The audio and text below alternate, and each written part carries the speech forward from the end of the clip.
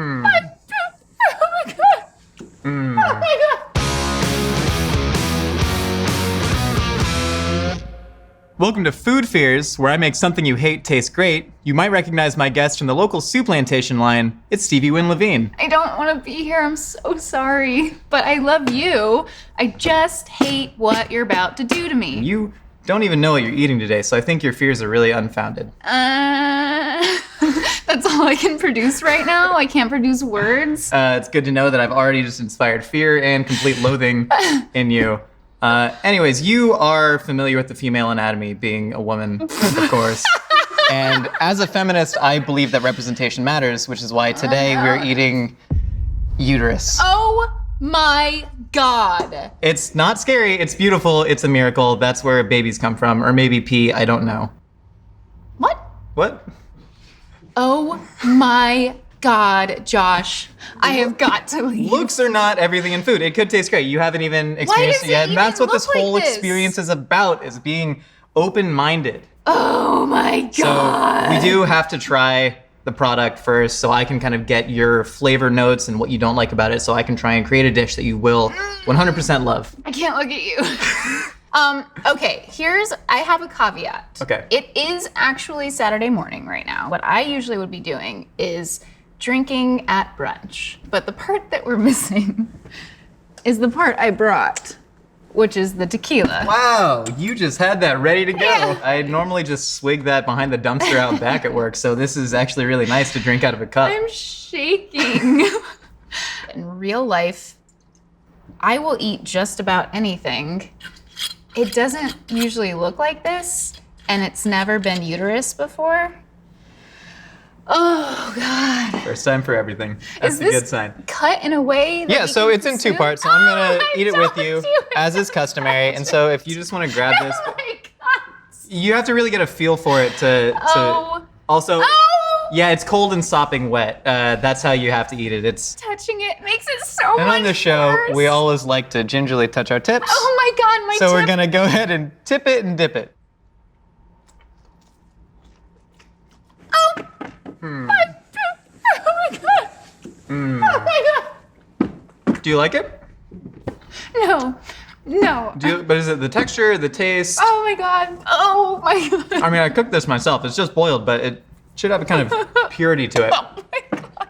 So what is it about it that you'd like this change? Oh, you're just going to the tequila now. Okay, God, I still have uterus in my mouth. Oh. My. I swallowed a lot of that uterus whole.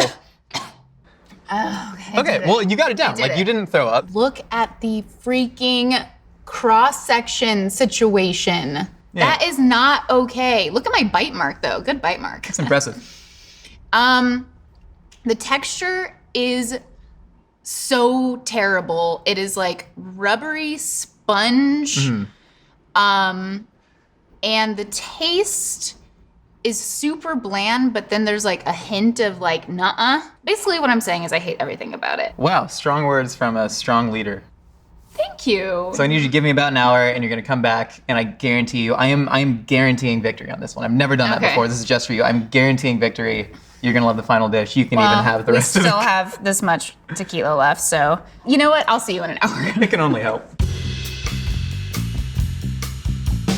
Male sex organs are a dime a dozen around here. I mean, we eat so many penises and testicles, and I think representation is really important. So I'm really excited to cook with a female sex organ this time. So first things first, we gotta make our waffle fries. People don't typically make waffle fries at home because a lot of people don't know how they're made. But all you need is a crinkle cutter mandolin, and you take the potato and you run it across one way, rotate it 90 degrees, run it across the other way, then you'll see that beautiful window pane texture. Now we gotta make our beer batter for the French fries. Gonna dump in some flour, a little bit of Creole spice in there, and then we have beer that goes in. Just whisk that up.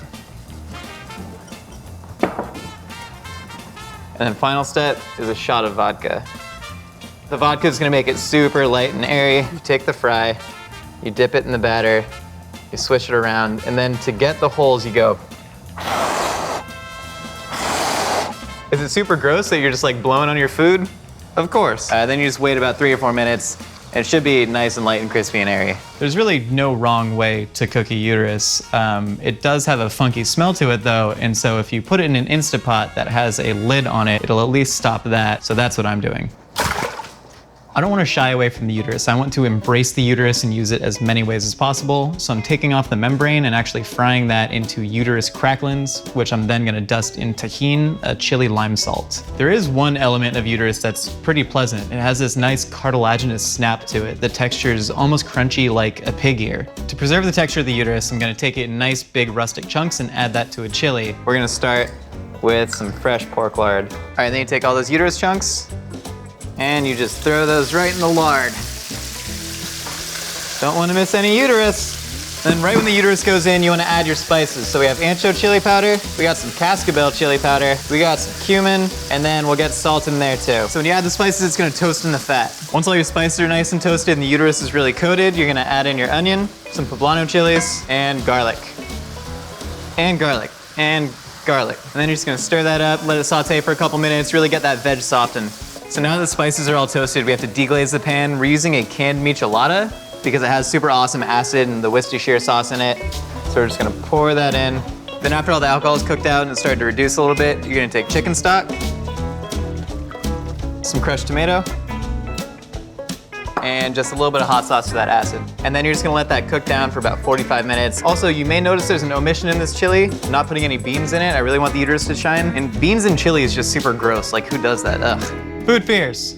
Food fears. Food fears. Food fears. The finished dish starts with a huge base of your beer battered waffle fries. Pour that chili right on top. That is gorgeous. And then you're gonna top that with just some simple shredded medium yellow cheese. Awesome, then this is gonna go into the oven for about 5 minutes just to melt it. You don't really want any browning on it. Once it's all melty, top it with pickled red onions, a little bit of smoked paprika crema, and then it's gonna get finished very dramatically with the uterus cracklins.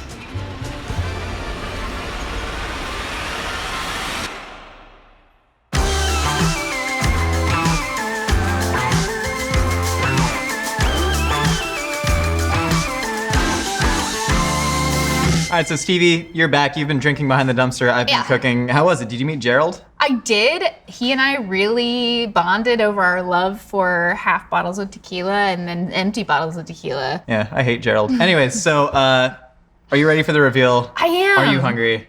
No. Perfect, because we're doing it anyways. I present to you uterus chili cheese fries with uterus membrane cracklins and a little bit of smoked paprika crema. Wow, Josh, this is so beautiful. Thank you. So we made some waffle cut fries, simple uterus chili with a little bit of michelada thrown in there. Simply uterus chili, TM. But please dig in, you first. This is uterus? This is uterus membrane that we fried into kind of a bit of a chicharron, and then uterus is all throughout the chili. So if you see these little bits here, this is nice chopped uterus. We've just cooked it for about an hour. And pickled onions? And pickled onions. I'm gonna go in with my hands. Yeah, this is a hand, I feel like it's a hand dish. I wanna get as much uterus as possible. You should. Definitely get some cracklins on there. They're my personal favorite. Do people eat uterus on a regular basis? Is there a cuisine in which uterus is like a thing? It's not super popular. From what I understand, there are some parts of China where it's kind of considered like a drunk food, which really works out in your favor, you and Gerald. And so, but it's really not like a very common thing. Well, I'm glad we're Possibly doing it. for a reason. Yeah. Okay. All right, tip it and dip it. We're saying that now. It's a thing. Okay. It's all over my face. And all over my lips. Call that uterus mouth. It's an industry term. Okay. Not bad. I think it may be the chili. The chili is very strong. Let me get this other big chunk of uterus. Yeah. Yeah, try and isolate the uterus. See if you actually like that texture. It's much better with everything else, I gotta say. Ooh. I'm getting a nut on taste. Oh. I got it. Got it down. That's where the chili really comes in handy. It's not bad though. Okay. Like if you need protein and there's literally nothing else in the entire universe, then uterus. Again, I have low self-esteem, so that's like the nicest thing anyone's ever said to me, and that's a huge compliment. I wonder if there is protein in uterus. There's gotta be. Sure. This is just like a protein shake. I'm not gonna eat this last bite. You don't have to. Thank you so much for watching, and come back next week when I wage war on the fartiest fruit of them all, the durian. And let me know in the comments what food scares you the most.